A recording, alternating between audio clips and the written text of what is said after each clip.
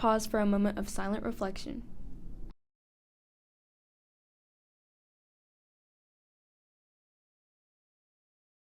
Please stand for the Pledge of Allegiance.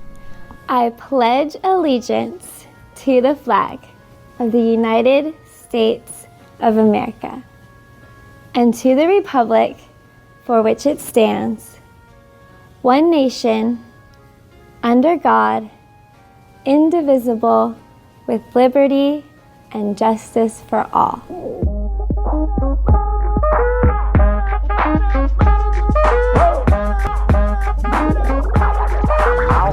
Good morning, Jaguars. I need to address a serious issue that's been happening more and more in our classrooms: gaming during class. This is not just a distraction for you, but it's also disrupting the entire learning environment. Let's be clear. Teachers, administrators are taking this very seriously, and starting now, every time you are caught gaming during class, it will be logged. If you get caught gaming 3 times, here's what will happen. First, you'll have silent lunch. If it happens again, your parents will receive an email about your behavior. And if it continues, suspension is a real possibility. Gaming in class is not just about breaking rules. It's about respect for your education and respect for others who are trying to learn. Now I get it. Gaming can be addictive. It's designed to keep you hooked, and it can be hard to stay focused when your computer has so many distractions.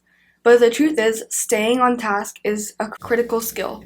As you move through middle school, high school, and beyond, learning how to manage distractions is something you'll have to do every day.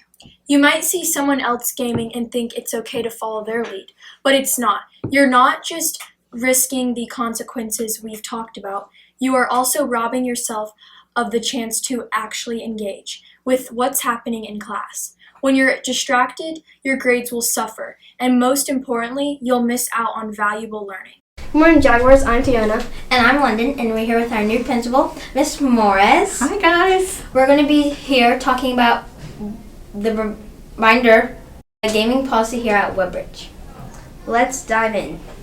What led to the discussion of the implement new rules prohibiting gaming apps like Minecraft during the school day, except when you tied to lessons?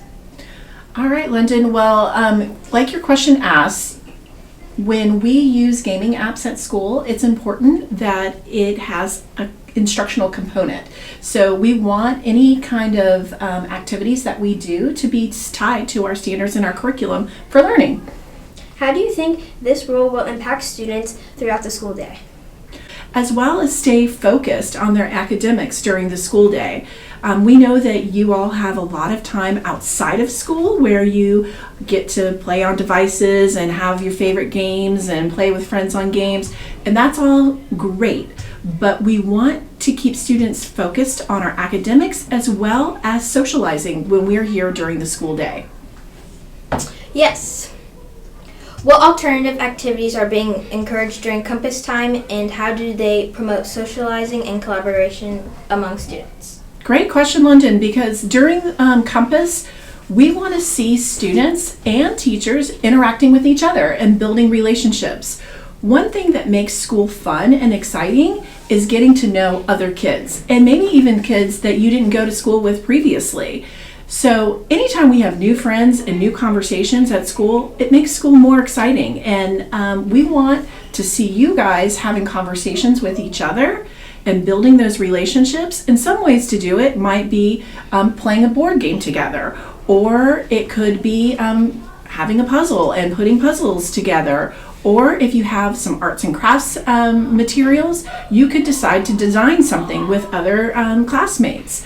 Or even do some partner reading. If you have a favorite book and you've got a couple of friends in your Compass class and you have some downtime, read the book together. But what we don't want to see is we don't want to see students sitting independently with AirPods in or headphones on and looking down at their phones or looking down at their device, playing a game independently and not making those connections and not learning something in the process.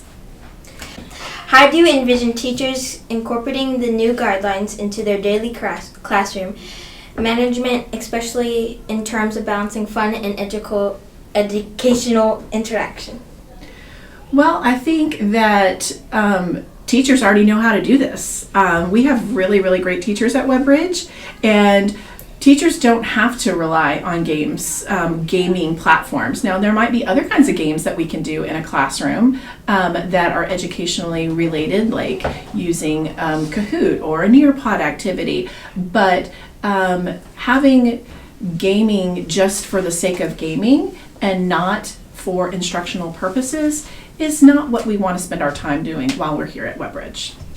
What message would you like to send student teachers who may feel that gaming was an outlet or a way to de-stress during school hours?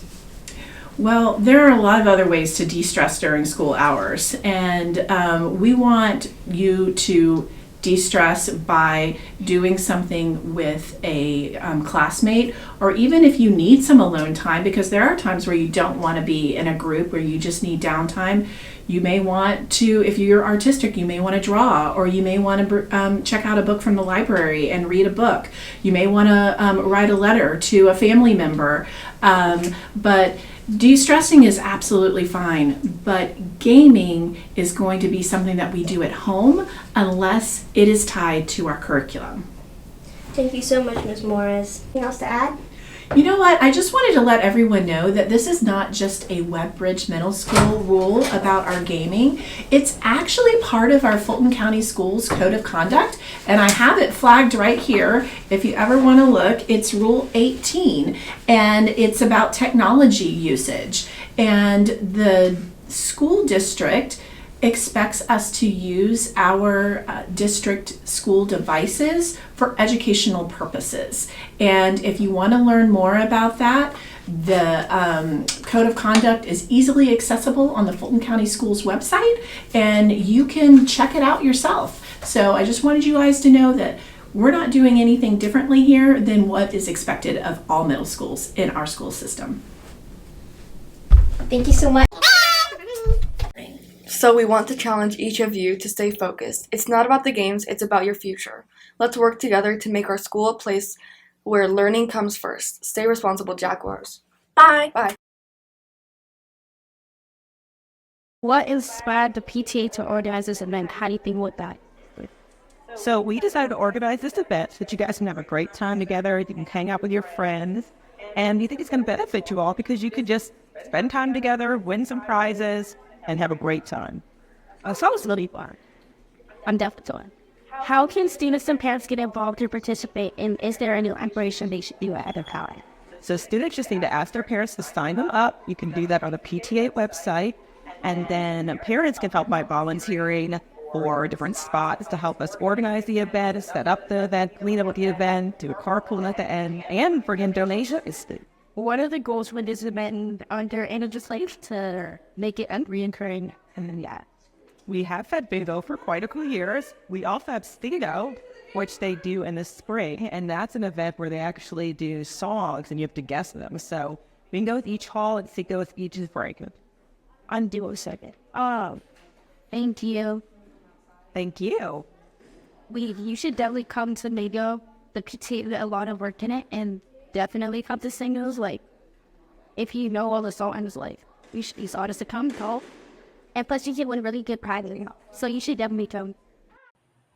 Webbridge students who have completed projects they would like to have considered for the Fulton County Schools 24-25 Student Technology Competition should register for the school competition at bit.ly/WBTechComp by October the 29th for the school competition on November the 4th.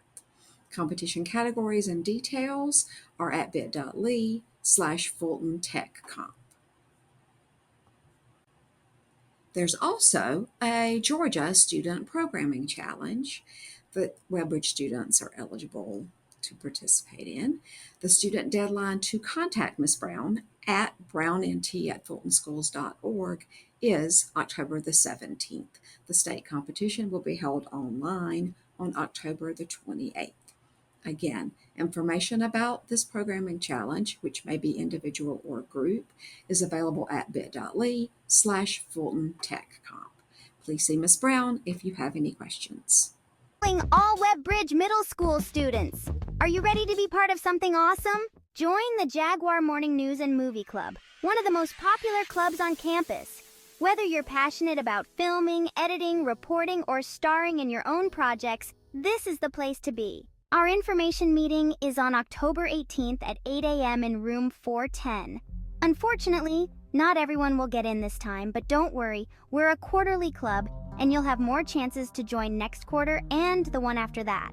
But trust us, you don't want to miss out on this chance to make your mark. Remember, October 18th at 8 a.m., room 410. Be there and let's create something amazing together.